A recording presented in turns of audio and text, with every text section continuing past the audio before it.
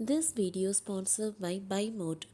இந்த ஆப்பில் நீங்கள் பர்ச்சேஸ் பண்ணக்கூடிய எல்லா விதமான ப்ராடக்ட்ஸும் உங்களுக்கு ரொம்ப மலிவான விலையிலே கிடைக்குது. இதில் வாங்கக்கூடிய எல்லா வித பொருட்களும் உங்களுக்கு ஆஃபர்ஸ் அண்ட் கூப்பன்ஸோடு ப்ரொவைட் பண்ணுறாங்க.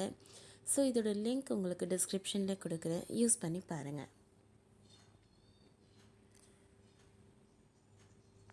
சிபிசிஐடி குற்றப்பத்திரிகையில் குளறுபடி ஏற்கக்கூடாது என கோர்ட்டுக்கு போன முரளிராஜா.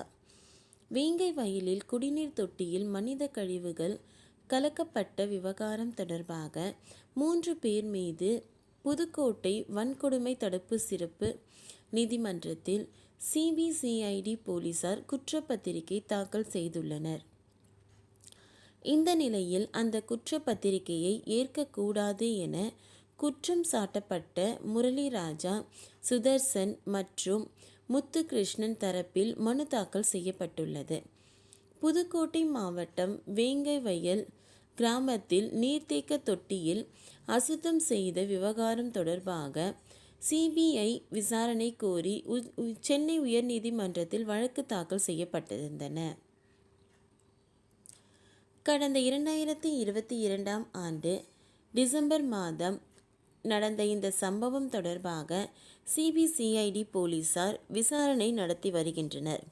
சம்பவம் குறித்து விசாரணை உயர்நீதிமன்ற ஓய்வு பெற்ற நீதிபதி எம். சத்யநாராயணன் தலைமையில் ஒரு நபர் ஆணையத்தை அமைத்து நீதிமன்றம் உத்தரவிட்டிருந்தது. இந்நிலையில் நீண்ட நாட்களுக்கு பின் இந்த வழக்கை தலைமை நீதிபதி ஸ்ரீராம் மற்றும் நீதிபதி செந்தில்குமார் ராமமூர்த்தி அமர்வில் இன்று விசாரணைக்கு வந்தது.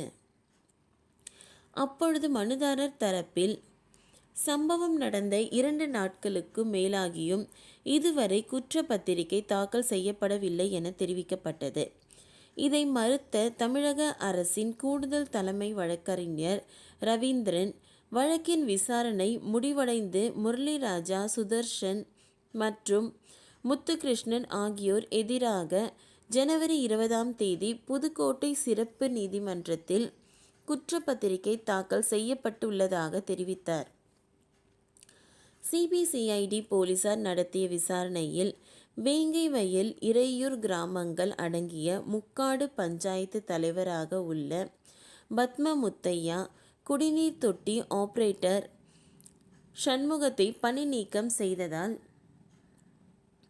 பஞ்சாயத்து தலைவரின் கணவரை பழிவாங்கும் வகையில் குடிநீர் நாற்றம் வருவதாக முரளிராஜா என்பவர் பொய் தகவலை பரப்பியிருப்பதாக, அதன் பின் குடிநீர் தொட்டி மீது ஏறிய முத்துகிருஷ்ணன் மற்றும் சுதர்ஷன் ஆகியோர் இந்த குற்ற செயலில் ஈடுபட்டதாகவும் கூறி கூடுதல் தலைமை வழக்கறிஞர் அறிக்கை தாக்கல் செய்தார்.